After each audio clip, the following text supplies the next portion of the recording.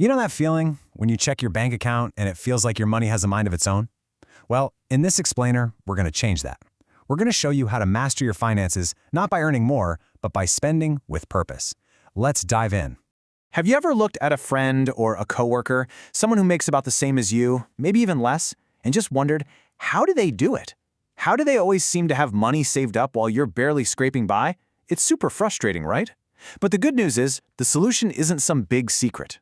And that leads us to the big idea here. Financial control isn't really about the size of your paycheck, it's about the playbook you use.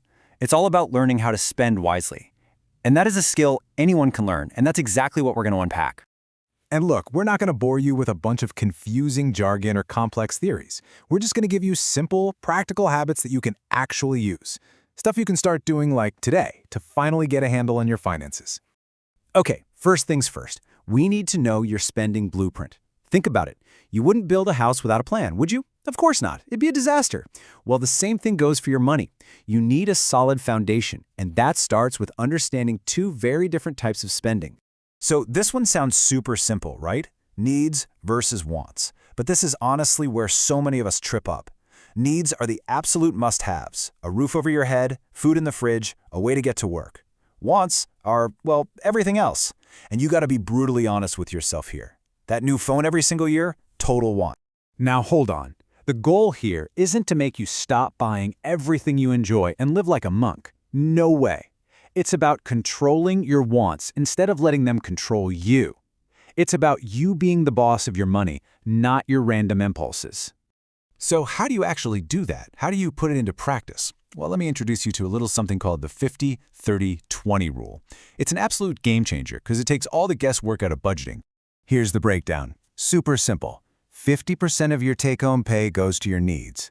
30% is for your wants, the fun stuff. And that last, really crucial 20%, that goes straight to savings and investments. The reason this works so well is that it basically puts your financial plan on autopilot. And look, if you're thinking, whoa, 20% is way too much for me right now, don't sweat it. Seriously, start with 10%, or even 5%. What matters most, more than anything, is building the habit. The amounts can always grow later on.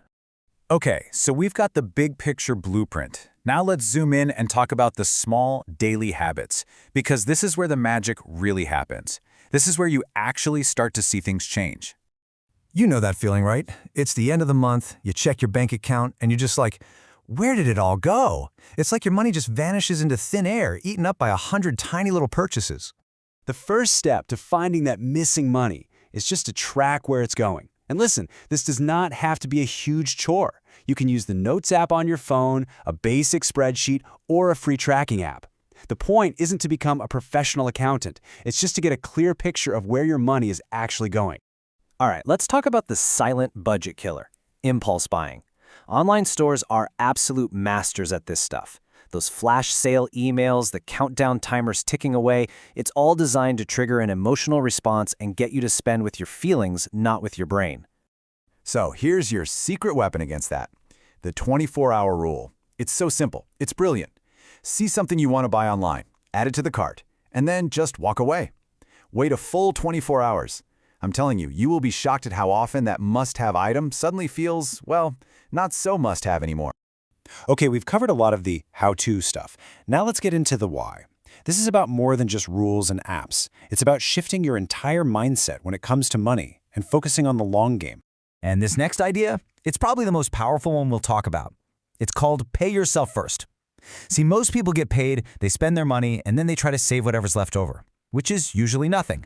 Smart spenders flip that script completely. The very first bill they pay on payday is to their future self by sending money to savings. This quote right here just says it all. Your savings should never be an afterthought. The scraps left at the bottom of the barrel. You have to treat it like any other important bill, like your rent or your mortgage. It's non-negotiable. That one little shift in thinking makes all the difference. Here's another huge mindset shift. Understanding the difference between price and value.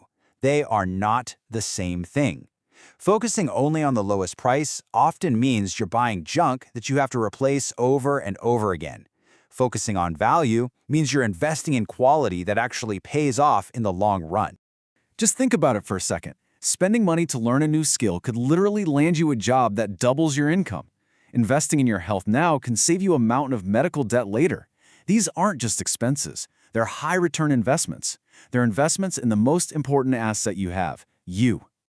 So we've talked about frameworks, daily habits, and changing your entire mindset. It's a lot, I know, but it all really boils down to one single, incredibly powerful idea. And this is it. This is the whole point. It's about you controlling your money instead of letting it control you. Being smart with your finances isn't about restriction, it's about freedom. It's about having the freedom to use your money to build the life you actually want to live. Look, don't get overwhelmed and feel like you have to do everything at once. Just pick one thing, one small habit we talked about today, and start there. The real power comes from being consistent. Every single small step adds up, and your future self is going to be so grateful. So, I'll leave you with this challenge. Don't just absorb this information and move on. Act on it. Out of everything we've talked about, which single habit will you commit to starting today? Make that choice right now, because that decision is your first real step.